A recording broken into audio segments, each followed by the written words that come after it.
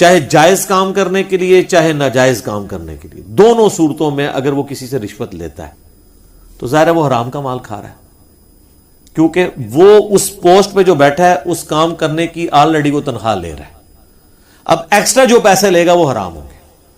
بخاری اور مسلم دونوں میں حدیث ہے کہ نبی علیہ السلام نے عاملین زکوٰۃ مقرر کیے ہوئے تھے جو جا کے زکوٰۃ کلیکٹ کرتے تھے لوگوں سے، بھیڑ بکریوں کی زکوٰۃ۔ اب جب لوگوں سے وہ کلیکٹ کرتے تھے تو لوگ ان کو بیت المال کے لیے زکوٰۃ کی بھیڑ بکریاں بھی دیتے تھے، ساتھ ایک آدھ بکری کسی کو گفٹ دے دی۔ اب جب وہ آ کے نبی علیہ السلام کے پاس بیت المال میں زکوٰۃ جمع کرواتے تھے تو کہتے تھے یہ تو وہ ہے جو ہم نے زکوٰۃ کلیکٹ کیا اور یہ مجھے گفٹ ملا ہے۔ تو نبی علیہ السلام فرماتے تھے کہ جاؤ اپنے ماں باپ کی گود میں جا کے بیٹھو، میں دیکھتا ہوں تمہیں وہاں پہ کون گفٹ دیتا ہے، تمہیں اس پوسٹ کی وجہ سے گفٹ ملا، یہ بھی بیت المال میں آئے گا۔ یہ ایک جنرل حدیث ہے جو سب کو کور کرتی ہے کہ جس شخص کو سرکاری پوسٹ کی وجہ سے کوئی گفٹ بھی ملا ہے وہ حکومت کے خزانے میں جمع کروائے گا، کیونکہ اگر وہ اس پوسٹ پہ نہ ہوتا اس کو کوئی گفٹ نہ دیتا۔ اگر کوئی فوڈ انسپیکٹر نہ ہو تو کس نے اس کے گھر جا کے جو ہے وہ اتنے کلو مرغی اور اتنے کلو قیمہ جا کے دینا ہے؟ ہمیں تو نہیں کوئی آ کے دیتا، دیو بھی نہ میرا کو لے کے پہنچ جاؤ میرے گھر۔ ویسے میں کہہ رہا ہوں کہ اس پوسٹ کی وجہ سے دے رہے ہیں نا، یا علماء کو جو مل رہا ہے ان کی پوسٹ کی وجہ سے مل رہا ہوتا ہے نا۔ تو اس طرح کے گفٹ اگرچہ عاملین زکوٰۃ کی تنخواہ درست ہے، وہ قرآن میں سورہ توبہ کی آیت نمبر 60 میں 8 مصرف آئے ہیں زکوٰۃ کن کن کاموں میں لگ سکتی ہے، اس میں سے ایک مصرف یہ ہے کہ جو زکوٰۃ کو کلیکٹ کرنے والے سرکاری ملازمین ہیں ان کی تنخواہ بھی۔ اس لیے ہمارے ٹیکسز کا جو پیسہ ہے اس سے فوج کی، ایجنسیز کی اور اسی طریقے سے جو باقی حکومتی عہدیدار ہیں ان کی تنخواہیں جاتی ہیں۔ اب وہ اپنا کام کرنے کا ایکسٹرا پیسہ لوگوں سے لینا شروع کر دیں، جس طرح کسی زمانے میں ہمیں یاد ہے کہ شناختی کارڈ جب یہ نادرہ نہیں تھی، اللہ بھلا کرے پاکستان میں ایک ادارہ ایسا ہے جس پہ ہم فخر کر سکتے ہیں پرسنلی، انہوں نے آ کے کم از کم کسی ایک کام کو تو سٹریم لائن کیا ہے نا۔ آپ پاکستان میں کسی جگہ ان کی آؤٹ لیٹ کے اوپر چلے جائیں تو آرگنائز طریقہ ہے۔ نادرہ جب تک نہیں تھی نا اور آپ کو اپنے تھانے کچہریوں سے شناختی کارڈ وہ ہاتھ کا لکھا ہوا، ہمارا تو پرانا وہی تھا 19 آپ سمجھ لیں آلموسٹ 98 99 کے اندر ہم نے جا کے وہ بنوایا تھا۔ تو اس شناختی کارڈ کو بنوانے کے لیے یا آپ کو اپنے صوبے کا ڈومیسائل نکلوانے کے لیے اپنے جائز حق کے لیے رشوت دینی پڑتی تھی۔ چیز آپ کی ہے، آپ پیسے دے کے نکلوائیں گے۔ یہ پاکستانی شہری کا حق ہے کہ اس کو شناختی کارڈ دیا جائے جس کا آلریڈی بے فارم آپ کے پاس موجود ہے کہ یہاں پہ پیدا ہوا ہے فلاں سن کو، اس کے ماں باپ یہاں کے شہری ہیں۔ یہ حکومت کا کام ہے کہ اس کو شناختی کارڈ دے، اس کے لیے آپ کو، اور وہ اگر نہ ہو تو آپ کو کالجز کے اندر ایڈمیشن نہیں ملتا۔ اب تو خیر بینک میں اکاؤنٹ بھی نہیں کھلتا اگر آپ کے پاس شناختی کارڈ نہ ہو، تو رشوت دینی پڑتی تھی۔ اب تو چلے فیس دے کے کام ہو جاتا ہے اپنے جائز کاموں کے لیے۔ تو اب جو لوگ وہاں پہ بیٹھ کے رشوت کھا رہے ہیں وہ تو بیٹھے اس لیے کہ لوگوں کے ڈومیسائل بنائے یا اس زمانے میں شناختی کارڈ بنائے، وہ رشوت کس چیز کی لے رہے ہیں؟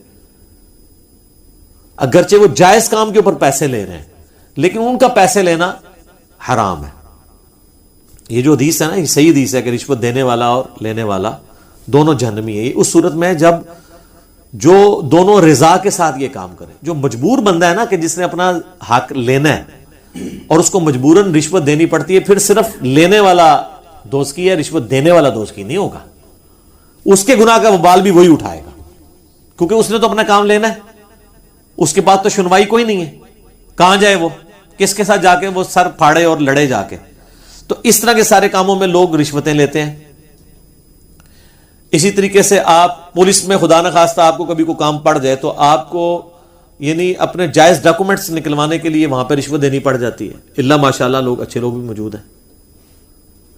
بلکہ آج کل یہ جو ایزی پیسہ آپ نے کسی کے اکاؤنٹ میں پیسے بھجوانے، اس کے تو 1 روپیہ بھی نہیں لگتا، تو بعض جو ہے وہ داؤ لگاتے ہیں، اس میں بھی 10 روپے لے لیتے ہیں، حالانکہ وہ جس نے ویٹ ڈرا کرنے ہوتے ہیں اس نے پیسے دینے ہوتے ہیں۔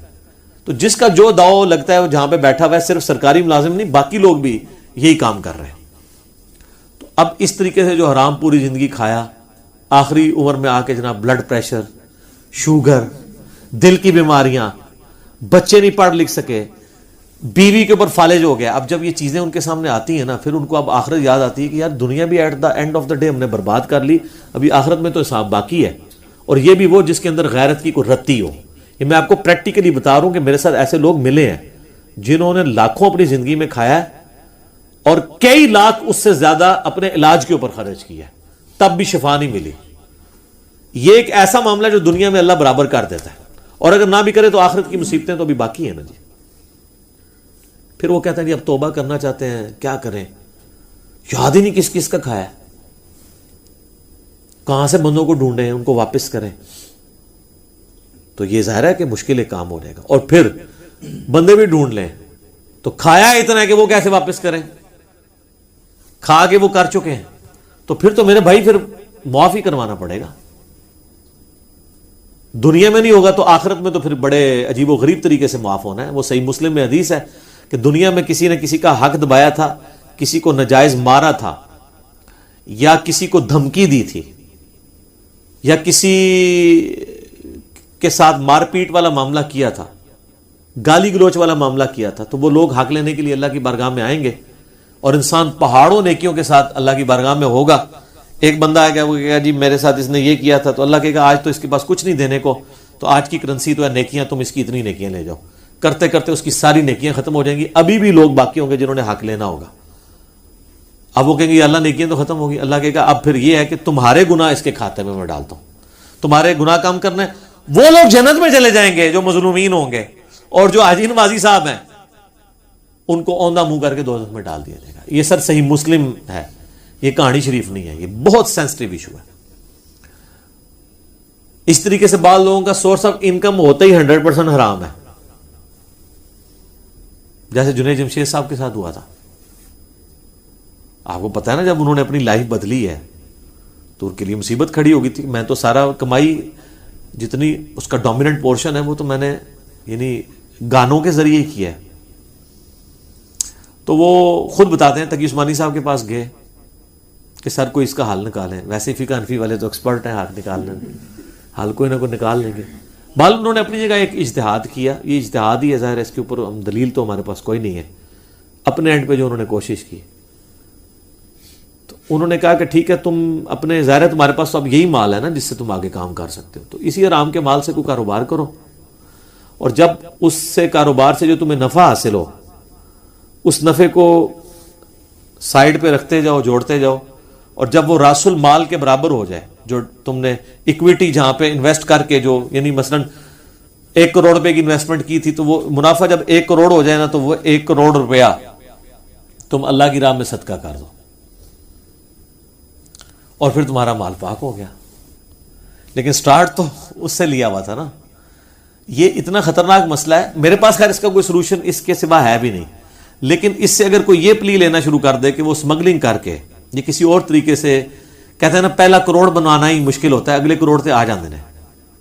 دیکھنے آپ کے یہاں پہ کئی ارب پتی لوگ ہیں, ان کو وہ لوگ اگر اپنی بایوگرافی آپ کو سناتے ہیں تو وہ کہتے ہیں کہ ہمیں تو اپنے ماں کی دوائی کے لیے بھی ہمارے پاس پیسے نہیں تھے.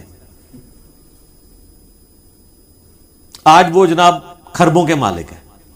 تو ظاہر ہے کہیں پہ انہوں نے جو ہے نا وہ نو بال کرائی ہے نا ٹھیک ہے نا, وہ پہلا کروڑ تو بنایا نا. یہ سب جناب میرا علا وجہ بصیرت یہ دعویٰ ہے کہ دنیا میں آپ کو جتنے کھرب پتی لوگ نظر آ رہے ہیں نا, یہ حلال کے طریقے سے اوپر نہیں پہنچے. اب اگرچہ وہ 100% حلال کے اوپر ہوں, کہیں نہ کہیں انہوں نے بیچ میں ڈنڈی ماری ہے, کیونکہ حلال کی آؤٹ پٹ یہ کبھی بھی نہیں ہوتی کہ انسان اس لیول کے اوپر چلا جائے. چاہے انہوں نے اپنے فائلوں کو ٹائر لگائے ہوئے ہوں, وہ اس کو غلط سمجھ نہیں رہا ہوگا, لیکن کہیں نہ کہیں اس نے اپنے معاملات کیے ہوں گے. چاہے دھونس کے اوپر کسی سے کوئی چیز ہتھیائی ہو, یا کسی دوسرے کو نیچا کرنے کے لیے اس کے خلاف پراپوگنڈا کر کے اپنی پروڈکٹ لانچ کی ہو. آپ کوئی بندہ لے آئیں اور وہ کہے کہ میں نے کچھ بھی نہیں کیا اور میں ارب پتی بن گیا ہوں, نہیں, کہیں نہ کہیں اس نے ڈنڈی ضرور ماری ہوئی ہوتی ہے. اور پھر جب آپ یہ بات کریں گے نہیں جی اللہ چاہے تو حلال میں برکت نہیں دے سکتا. جناب حلال کو دنیا سے ہونی آیا ہے. حلال میں تو پھر یہ نہیں ہے کہ آپ جناب حلال کمائیں گے اور زکوٰۃ نہیں دیں گے. جس کے پاس 1 ارب روپیہ سر, اس کی زکوٰۃ جو ہے نا وہ 2.5 کروڑ روپیہ بنتی ہے سال کی. جی 1 لاکھ پہ 2.5 روپیہ دیتے ہوئے تو دل باہر نہیں آتا, لیکن 1 ارب والے کے لیے 2.5 کروڑ نکالتے ہوئے دل باہر آ جاتا ہے, ایسے تک پہنچ جاتا ہے. کیونکہ وہ بہت بڑی رقم ہے. اس کو تو نظر آئے گا 2.5 سال کڈی, 2.5 اگلے سال کڈی تے تھلے ہی آئے گا سارا کچھ. حالانکہ اس کو یہ نظر نہیں آ رہا کہ اس انویسٹمنٹ سے میں نے کتنا کمایا ہے. تو زکوٰۃ تو دینی ہوتا ہے, صرف زکوٰۃ کی بات ہو رہی ہے جو اس نے دینی ہے. کتنے امیر فیکٹریوں کے آنرز ہیں, آپ ان سے کہیں جناب وہ زکوٰۃ, کہتے ہیں جی اسی اللہ بھی سانو بے حسابہ دینا, اسی بغیر حساب دے دینے ہیں. جو لوگ آپ کو یہ کہہ رہے ہیں نا ہم بغیر حساب کے دے رہے ہیں, وہ اپنے آپ کو دھوکہ دے رہے ہیں. وہ حساب اس لیے نہیں کرتے کہ ان کی اگر زکوٰۃ 2.5 کروڑ بننی ہے نا تو وہ 2.5 لاکھ روپے دے رہے ہوتے ہیں. ان کو پتہ ہے حساب کیا تو پھنس جائیں گے. تو انہوں نے اپنے آپ کے نا جیسے کبوتر نے آنکھیں بند کر لی ہوتی ہیں کہ بلی غائب ہو جائے, وہ یہ کرنا چاہ رہے ہوتے ہیں, اس بٹر فیکٹ سے بھاگنا چاہ رہے ہوتے ہیں. اللہ نے تو کوئی کام بھی بغیر حساب و کتاب کے نہیں کیا ہوا. آپ کو یہ کہا ہوا ہے جتنا دل کرے نمازیں پڑھ لو. 5 نمازیں فرض کی ہیں رمضان کے, جس مہینے میں جو جاؤ جتنے روزے رکھ لو. نہیں, 1 مہینہ ہے اس کے 1 روزے ہیں, ٹھیک ہے. نماز شروع ہوتی ہے کسی قاعدے قانون کے مطابق, ختم. یہ تو نہیں جو مرضی پڑھ لو اس کے اندر. وہ ساری چیزیں تعلیم کی ہوئی ہیں نا. تو یہ بیسیکلی اپنے آپ کو دھوکہ دے رہے ہوتے ہیں, کیونکہ ان کو پتا ہے کہ ہم نے جب کیلکولیشن کرنی ہے نا تو وہ پھر اور بھی کہتے ہیں یہ مقروض ہیں. جناب دنیا میں جتنے کروڑ پتی لوگ ہیں مقروض ہی ہیں, کیونکہ انہوں نے اگر ایکویٹی جو ہے وہ 10 کروڑ لگائی ہوئی ہے تو ڈیٹ 15 کروڑ اٹھایا ہوا ہے. یعنی راس المال ان کا 10 کروڑ ہے تو ادھار جو ہے انہوں نے 15 کروڑ اٹھایا ہوا ہے, 25 کروڑ کی انویسٹمنٹ ہے. تو وہ کہتے ہیں نہیں ہم تو مقروض ہیں, ہم پہ تو زکوٰۃ بنتی نہیں ہے, ٹھیک ہے نا جی. ان سے پوچھیں نہیں کتنے مقروض, کہتے ہیں 15 کروڑ کے مقروض ہیں. تو انویسٹمنٹ کتنی ہے, وہ کہتے ہیں نہیں 10 کروڑ کی. تو کہتے ہیں آپ نکالیں 15 میں سے 10 تو 5 کروڑ تو ہم نے دینا ہے. حساب کرنا ہی بھول جاتے ہیں. جناب انویسٹمنٹ 10 کروڑ کی نہیں ہے, 25 کروڑ کی ہے. 25 کروڑ میں سے آپ نے 15 کروڑ نکالنا ہے اپنے ادھار والا, تو 10 کروڑ کی آپ نے زکوٰۃ دینی ہے.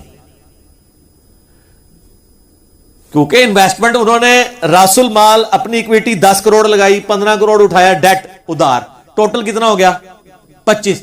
تو 25 کروڑ میں سے 15 کروڑ مائنس ہوگا نا. چھڑے اپنے 10 میں سے ہی 15 نکال دیں گے, الٹا پھر آپ کو اللہ سے مانگنے پڑ دیں گے. ظاہر ہے کہ یا اللہ تم اور کچھ دے, میں نے زکوٰۃ نہیں دینی.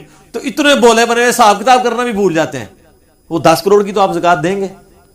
آپ نے جو میڈیکل سٹور کے اندر اگر کروڑوں کی دوائی رکھی ہوئی ہے, کروڑوں کا کپڑا رکھا ہوا ہے, تو وہ جو کپڑا ہے نا وہ کہتا ہے نہیں پیسہ تمہارے پاس ہے ہی نہیں, یہ کپڑا ہی پڑا ہوا ہے. تو کپڑا بیچ کے آپ کو پیسہ ملنا ہے نا. کئی عورتیں وہ کہتی ہیں نہیں ہمارے پاس سونا ہے, ہماری تو کمائی کوئی نہیں ہے. تو سر سونا توڑوا کے اس میں سے زکوٰۃ دینی ہے نا آپ نے. 7.5 تولے سے زیادہ نہیں جوڑنا نا. جوڑنا ہے تو اس کے اوپر آپ نے اللہ تعالیٰ نے جو آفیشیل آپ کے اوپر رکھا ہوا ہے زکوٰۃ والا معاملہ وہ آپ نے کرنا ہے. تو اس طریقے سے جو حرام مال والا مسئلہ ہے نا جی, بندے ڈھونڈیں ان کو پیسے دیں, نہیں تو گوٹے گیٹے پکڑ کے ان کو معاف کرواؤ. اب ان کی مرضی ہے معاف کریں. اب پیسے ہیں, بندے ڈھونڈنا ناممکن ہے, ظاہر ہے مختلف پوسٹوں پہ رہے. تو آخری حال یہ ہے کہ آپ وہ رقم کیلکولیٹ کریں, اتنی رقم آپ اللہ کی راہ میں خیرات کریں, اس نیت کے ساتھ کہ اس خیرات کا ثواب ان لوگوں کو پہنچے کہ جن کا میں نے مال ہتھیا ہے. اور ان بیچاروں نے ہو سکتا ہے اپنے زمانے میں خود اتنی خیرات نہ کرنی ہوتی.